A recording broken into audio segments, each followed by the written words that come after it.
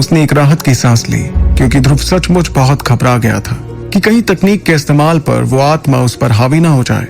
उसका ये डर इसलिए भी था क्योंकि वो चील रैंक 5 का चील था, और इसका मतलब था कि उसकी शक्तियां बहुत ज्यादा ताकतवर थीं। ये सोचकर ध्रुव ने एक बार फिर पंख की तरफ देखा, और उसके बाद वो उस काले कागज में इस तकनीक को इस्तेमाल करने के बारे में पढ़ने लगा। एक बार पढ़कर भी समझ न आने पर ध्रुव ने उसे 2 से 3 बार और पढ़ा। फिर आखिरी बार में उसने कागज में लिखे शब्दों को अच्छी तरह से समझते हुए कहा, तो ये काला कागज ये कह रहा है कि इस तकनीक का इस्तेमाल करते वक्त पंख में छिपी तिलस्मी चील की आत्मा तकनीक इस्तेमाल करने वाले पर हमला करेगी, और अगर वो ये हमला झेलने में कामयाब होता है तो उसे ये तकनीक का इस्तेमाल करते रहना चाहिए। लेकिन अगर वो इंसान चील का हमला नहीं झेल पाया तो उसे इस तकनीक को भुला देना होगा। ये पढ़कर ध्रुव ने विदुर से कहा, आचार्य, आपकी बातों से तो मुझे लगा था कि इस तकनीक में कोई खतरा नहीं है, लेकिन इस कागज को पढ़कर तो मुझे इसमें खतरा ही खतरा समझ आ रहा है। ये बात कहकर ध्रुव थोड़ा घबराने लगा। उसे समझ नहीं आया कि उसे इस तकनीक को अपनाना चाहिए या नहीं। वो इस बारे में सोच ही रहा था कि विदुर ने उसकी बात का जवाब देते हुए कहा, मैंने जो कहा था वो तुम्हारे इसी डर को निकालने के लिए कहा था, और रही बात खतरे की, तो एक बात समझ लो ध्रुव, इस दुनिया में कुछ भी हासिल करने की एक कीमत चुकानी पड़ती है, लेकिन तुम्हारी अंदरूनी शक्ति को जानते हुए मैं इतना जरूर कहूंगा कि तुम्हें इस चील की आत्मा के हमले से डरने की कोई जरूरत नहीं है। तो क्या हुआ अगर वो चील जिंदा हालत में रैंक 5 का था? वो अब सिर्फ एक घायल आत्मा है जो बेहोश पड़ा हुआ है, और एक आत्मा की कमजोरियां मैं अच्छी तरह से जानता हूँ। ये बात सुनकर ध्रुव ने अपना सिर हिलाया, और फिर अपना हौसला बांधते हुए उसने उस तकनीक का इस्तेमाल करने का फैसला किया। तकनीक के इस्तेमाल के लिए ध्रुव ने अपने दोनों हाथों से चील के दोनों पंखों को दबाया, और एक गहरी सांस लेते हुए उसने अपनी आंखें बंद की। फिर जैसे ही ध्रुव ने अपने शरीर से हल्की सी शक्ति उस पंख में डाली, तभी अचानक पंख के अंदर से उस चील की आत्मा होश में आ गई, और फिर उसने एक ऐसी डरावनी आवाज में चीख निकाली जिससे किसी की भी रूह कांप जाए। उस चीख के निकलते ही एक चमकती शक्ति पंख में से निकलकर कागज से होते हुए ध्रुव के हाथ में आ गई, जहां से वो सीधे ध्रुव के दिमाग में चली गई। ये पहली बार था जब ध्रुव किसी आत्मा के हमले को झेल रहा था, और उसका पूरा शरीर अचानक से थरथराने लगा, जिसके बाद उसका चेहरा धीरे धीरे सफेद पड़ने लगा। ध्रुव की इस हालत को देखकर विदुर ने तुरंत चिल्लाते हुए कहा, ध्रुव, अपना ध्यान लगाओ, अपने दिमाग को उस चील के हमले से बचाओ। वो चाहे कितना भी हमला करे, तुम्हें उसे बता देना है कि वो तुम्हारे कब्जे में है, ना कि तुम उसके कब्जे में। विदुर की बात सुन रहे ध्रुव के दांत इस वक्त जोर से कपकपा रहे थे। फिर उसने अपनी अंदरूनी शक्ति का इस्तेमाल करते हुए अपने दिमाग के चारों ओर एक कवच बनाना शुरू किया, जिससे धीरे धीरे वो उस आत्मा के हमले से बचने लगा। लेकिन ये देखकर वो आत्मा अचानक से थम गई। कुछ पल में ध्रुव को समझ आ गया था कि वो आत्मा उसके काबू में आ गई थी, लेकिन उसे अभी भी कपकपी मच रही थी। इसका क्या मतलब था?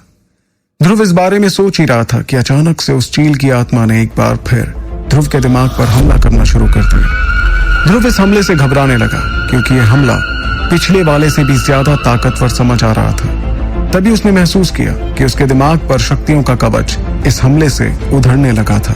ध्रुव को एक बार फिर वो दर्द महसूस होने लगा जो उसे कुछ पल पहले ही हुआ था। तभी विदुर ने ध्रुव को समझाते हुए कहा, अपने दिमाग को शांत रखो ध्रुव, उस आत्मा को अपने जज्बातों पर पकड़ मत बनाने दो, नहीं तो तुम सिर्फ एक जानवर बनकर रह जाओगे जिसे सिर्फ मारना आता है और कुछ नहीं। अपनी शक्तियों का इस्तेमाल करो ध्रुव, मैं जानता हूं कि तुम उस आत्मा से ताकतवर हो। विदुर की हौसला बढ़ाने वाली आवाज सुनकर ध्रुव ने एक गहरी सांस ली, और एक बार फिर अपनी अंदरूनी शक्तियों के इस्तेमाल से वो अपने दिमाग पर एक कवच चढ़ाने लगा। वो किसी भी हाल में उस बेरहम जानवर को अपने दिमाग पर काबू पाने नहीं देना चाहता था। इसी तरह से वो आत्मा तकरीबन 10 मिनट तक ध्रुव के दिमाग पर लगातार हमला करती गई। उसके बाद वो तिलस्मी चील धीरे धीरे अपनी हार कबूलने लगी। वैसे तो ध्रुव की ताकत एक रैंक 5 के जानवर के बराबर बिल्कुल नहीं थी, लेकिन पिछले कुछ सालों से ध्रुव ने अपने दिमाग पर लोगों के इतने हमले झेले थे कि उसे अपनी सोच को हमलों से बचाना अच्छी तरह से आ गया था। लेकिन जैसे ही वो खतरनाक आत्मा ध्रुव के शरीर से बाहर आने लगी, तो ध्रुव का शरीर और ज्यादा कपकपाने लगा, और फिर जैसे ही वो आत्मा शरीर से बाहर हुई, तो ध्रुव का शरीर एक झटके में जमीन पर गिर गया। तभी उसके चेहरे का रंग वापस पहले जैसा होने लगा, और उसकी थकान चेहरे पर दिखने लगी। ध्रुव ने आज एक चीज और सीख ली थी कि आत्माओं के 10 मिनट के हमले भी घंटों के शारीरिक मुकाबलों से ज्यादा थका दिया करते थे। तभी ध्रुव ने हाफते हुए अपने माथे पर से पसीना पोंछा और फिर उसने विदुर से सवाल किया, आचार्य, क्या मैं उसके हमले को नाकाम करने में कामयाब हुआ? ये सुनते ही विदुर ने खुश होते हुए ध्रुव को जवाब दिया, हाँ ध्रुव, तुमने कर दिखाया। अब तुम इस तकनीक का इस्तेमाल करने के लायक हो गए हो। विदुर की बात सुनकर ध्रुव बहुत ज्यादा खुश था। अब तक वो बिल्कुल ठीक हो चुका था और उसने तुरंत खड़े होकर एक बार फिर थोड़ा घबराते हुए उस काले पंख पर अपना हाथ रखा। इस बार उसके हाथ रखने पर चील की आत्मा ने उस पर हमला नहीं किया, जिसके बाद ध्रुव ने मुस्कुराते हुए कागज में लिखे तरीके की शुरुआत की। ऐसा करते ही उसके शरीर से शक्तियां इकट्ठा होकर कंधे से होते हुए सीधे उसकी हथेलियों पर पहुंच गईं। ध्रुव की हथेली पर जैसे ही शक्तियां इकट्ठा हुई तो वे चील के पंख अचानक से जगमगाने लगे। वो पंख पहले के मुकाबले बहुत ज्यादा चमकदार दिखने लगे और तभी पंख में से एक रोशनी निकलकर सीधे ध्रुव की हथेली पर आ गई।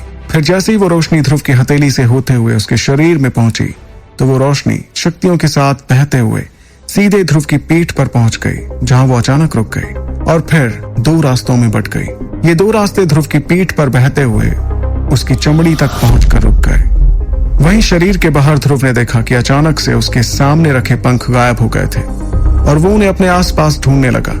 तभी ध्रुव अचानक तेज आवाज में चीखने लगा। उसकी चीख से उसके दर्द का पता लग रहा था और उसके माथे पर पसीना पानी की तरह बहने लगा। फिर उसने कड़कड़ाते दांतों को रोकने की कोशिश की और दर्द सहने के लिए अपनी दोनों मुट्ठियां बंद कर ली, लेकिन अचानक से ध्रुव की सांसें बहुत तेज हो गई और उसने दर्द से कराहते हुए कहा, आखिर ये मुझे क्या हो रहा है? आचार्य, ये आत्मा क्या कर रही है? फिर अचानक से वो गद्दे पर लेट गया और तुरंत उसके मुंह से खून निकलने लगा। कुछ देर और इस दर्दनाक हालत को झेलते हुए ध्रुव आखिर में हार कर बेहोश हो गया। ध्रुव ने उस ताकत को काबू में करने की बहुत कोशिश की, लेकिन वो नाकाम रहा। फिर कुछ देर बाद ध्रुव जब वापस होश में आया तो उसे अपने पूरे शरीर में एक अजीब सा दर्द महसूस होने लगा, जैसे सोते वक्त कोई उसके शरीर में सैकड़ों सुइयां चुभा रहा था। फिर जैसे तैसे उसने हिम्मत करके अपनी स्टोरेज अंगूठी को रगड़ा और उसमें से एक हरे रंग की बोतल निकाली। उसके बाद उसने बोतल खोलकर उसकी कुछ बूंदों को अपने मुंह के अंदर जैसे ही डाला तो उसे महसूस हुआ कि उसकी दर्दनाक चुभन अचानक से गायब हो गई। इसके बाद ध्रुव तुरंत उठकर बैठ गया और उस काले कागज को एक बार फिर से पढ़ने लगा। फिर जैसे ही ध्रुव ने वो कागज हाथ में लिया तो वो ये देखकर हैरान रह गया कि अब उस कागज में कुछ भी नहीं लिखा था। वो कागज सिर्फ एक कोरा कागज रह गया था, जिसमें अब चील के पंख भी नहीं दिख रहे थे। हैरान होकर ध्रुव कुछ देर तक तो उस कागज को देखता रहा और फिर सोच में पड़ गया कि आखिर उसमें लिखी चीजें अचानक से गायब कैसे हो गई। फिर जैसे ही उसे अपनी पीठ पर थोड़ी जलन महसूस हुई तो उसने तुरंत अपनी अंगूठी से एक आईना निकालकर अपनी पीठ को देखना शुरू किया और तभी उसे देखा कि अब उसकी पीठ पर काले चील के पंखों का एक टैटू बन गया था, जिसकी उसे अब तक कोई खबर नहीं थी। तभी ध्रुव ने खुद में बड़बड़ाते हुए कहा, क्या ये उस तिलस्मी चील के पंख हैं? वो इस वक्त महसूस कर पा रहा था कि उसके शरीर की शक्तियां पीछे की ओर बहते हुए टैटू का रूप ले चुकी थीं। फिर जैसे ही ध्रुव ने उन पंखों का इस्तेमाल करने के लिए अपनी शक्तियों को पंख पर भेजना शुरू किया तो वो टैटू अचानक से जगमगाने लगा और उसका रंग बदलकर काले से पर्पल होने लगा। साथ ही चील के पंख बढ़ते बढ़ते अब आधे फुट के हो गए। ये देखकर ध्रुव पंखों को ही देखता रहा और फिर उसने अपने पंख हिलाने की कोशिश की। तभी उसके पंख थोड़े फड़फड़ाए, लेकिन उनकी रफ्तार इतनी नहीं थी कि ध्रुव को जमीन से उठाकर हवा की सैर करा सके। ध्रुव ने बेइंतहा कोशिश की, लेकिन वो जमीन से आधा इंच ऊपर ही हो पाया और उसके बाद वो तुरंत जमीन पर आ गया। ध्रुव को परेशान होते देख विदुर खुद को मुस्कुराने से नहीं रोक पाए और उन्होंने हंसते हंसते ध्रुव से कहा, पंखों का इस्तेमाल करने के लिए बहुत ज्यादा शक्ति की जरूरत पड़ेगी ध्रुव, और तुम्हारी मौजूदा शक्ति को देखते हुए मुझे लगता है कि तुम ज्यादा दूर तक या फिर ज्यादा ऊंचा नहीं उड़ पाओगे। ये सुनकर ध्रुव ने चुपचाप अपना सिर हिलाते हुए विदुर की बात समझी और फिर अचानक से वो भी हंसने लगा, क्योंकि कहीं ना कहीं वो भी ये जानता था कि वो तुरंत किसी चील की तरह नहीं उड़ पाएगा। हर ताकतवर चीज अपने असली रूप में आने के लिए वक्त लगाती है और फिलहाल वो जितना उड़ पा रहा था वो शुरुआत के लिए ठीक ही था, क्योंकि उसे विदुर की बात याद आ गई कि ताकत हासिल करने का कोई शॉर्टकट नहीं होता।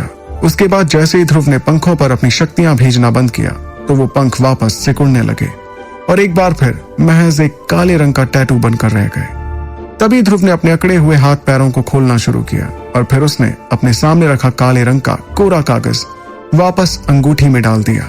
फिर उसने उसी अंगूठी में से एक और कागज निकाला जो उस काले कागज से भी ज्यादा पुराना समझ आ रहा था।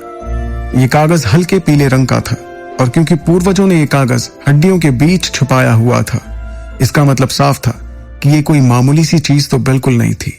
यही सोचते हुए ध्रुव ने धीरे से वो कागज खोला और उसने जैसे ही कागज के अंदरूनी हिस्से को देखा तो वो तंग रह गया। और फिर इसी हैरानी में ध्रुव ने कहा, अब ये कौन सी नई बला है। फिलहाल ध्रुव की आंखों के सामने पीले रंग का कागज था जो ना जाने किस चीज से बना था। उस कागज में बहुत सी रेखाएं बनी हुई थी और ध्रुव ने उसमें से एक रेखा पर अपनी उंगली फहराना शुरू किया और वो कागज के किनारे तक पहुंचा। ये देखते हुए ध्रुव को कुछ समझ नहीं आया और उसने इसी उलझन में खुद से कहा, क्या बकवास है ये। इतना कहकर ध्रुव उस कागज को उल्टा सीधा करके देखने लगा कि शायद उसे अचानक से कुछ समझ आ जाए, लेकिन वो परेशान होता रहा, जिसे समझते हुए अंगूठी में से विदुर बाहर आ ही गए। बाहर आकर उन्होंने तुरंत वो कागज ध्रुव के हाथ से ले लिया और उसे गौर से देखने लगे। फिर जैसे ही विदुर को कुछ समझ आया तो उन्होंने भारी आवाज में ध्रुव से कहा, ये तो किसी नक्शे का हिस्सा मालूम पड़ रहा है। ये सुनते ही ध्रुव ने एक बार फिर चौंकते हुए विदुर से कहा, क्या नक्शे का हिस्सा? लेकिन किस चीज का नक्शा आचार्य? अब क्या हम नक्शे को देखकर किसी खजाने की खोज में निकलने वाले हैं? ये कहकर ध्रुव उस नक्शे का मजाक बनाना चाह रहा था क्योंकि उसे लगा कि इस कागज के अंदर कोई खास तकनीक होगी जिसकी वजह से उसने कागज डॉक्टर परी तक से छुपा के रखा था। लेकिन नक्शे के बारे में सुनकर ध्रुव का कागज को लेकर सारा उत्साह लगभग खत्म हो गया। वहीं विदुर ने ध्रुव को नजरअंदाज करते हुए उस पूरे कागज को अच्छी तरह से खोल कर देखा और उसे ध्यान लगाकर पढ़ने लगे। फिर जैसे ही उनकी नजर कोने में बनी एक धुंधली सी तस्वीर पर पड़ी तो उन्होंने अपनी आंखें मसलते हुए उसे देखने की कोशिश की और तभी उन्हें वो तस्वीर साफ साफ दिखने लगी। वो तस्वीर एक कमल की थी जिसे देखते ही विदुर की आंखें हैरानी में बड़ी हो गईं। फिर ध्रुव को एक नजर देखते हुए वो फिर से उस कमल को ध्यान से देखने लगे और उसे समझने की कोशिश करने लगे। वो कमल काले रंग का दिख रहा था और पुराना होने की वजह से काफी धुंधला हो गया था। विदुर को समझ आ गया कि ये कागज उनकी उम्मीद से भी ज्यादा पुराना था। फिर और ध्यान से देखने पर विदुर ने देखा कि वो काले रंग का कमल एक काले रंग की आग में लिपटा हुआ था और उसे देखते ही विदुर को किसी हैवानी शक्ति का अंदाजा होने लगा, जिससे वो थोड़े परेशान दिखने लगे। तभी विदुर के चेहरे की परेशानी को देख ध्रुव ने हड़बड़ाते हुए उनसे पूछा, आचार्य क्या आपको कुछ मिला? सब ठीक तो है ना? ध्रुव ने ये सवाल इसलिए पूछा था क्योंकि जब से वो विदुर को देखता आ रहा था ये पहली बार था जब उसने विदुर को इतना परेशान होते हुए देखा था, जबकि विदुर बड़ी से बड़ी मुसीबत के दौरान भी परेशान नहीं दिखते थे। और इसलिए ध्रुव समझ गया कि कागज में जो कुछ भी लिखा था वो किसी न किसी अनोखे राज की तरफ इशारा कर रहा था। उसके सवाल पर कागज में खोए विदुर वापस होश में आए और उन्होंने आवाज में हल्के डर के साथ ध्रुव से हड़बड़ाते हुए कहा, ये तो शायद सुलगते कमल की रोशनी की तरफ इशारा कर रही है। ये सुनते ही ध्रुव ने हैरान होते हुए विदुर से सवाल किया, सुलगते कमल की रोशनी, ये क्या चीज है? आचार्य कहीं ये कोई दिव्य रोशनी तो नहीं है? इस पर विदुर ने तुरंत ध्रुव को जवाब देते हुए अपनी भारी आवाज में कहा, हाँ, इसकी गिनती दिव्य रोशनियों में ही होती है, लेकिन ये रोशनी कोई मामूली रोशनी नहीं बल्कि सारी रोशनियों में से सबसे रहस्यमयी रोशनी है। तो क्या ध्रुव इस काले कमल को हासिल कर पाएगा और हासिल कर पाएगा इस दिव्य रोशनी को? जानने के लिए सुनते रहिए सुपर योद्धा।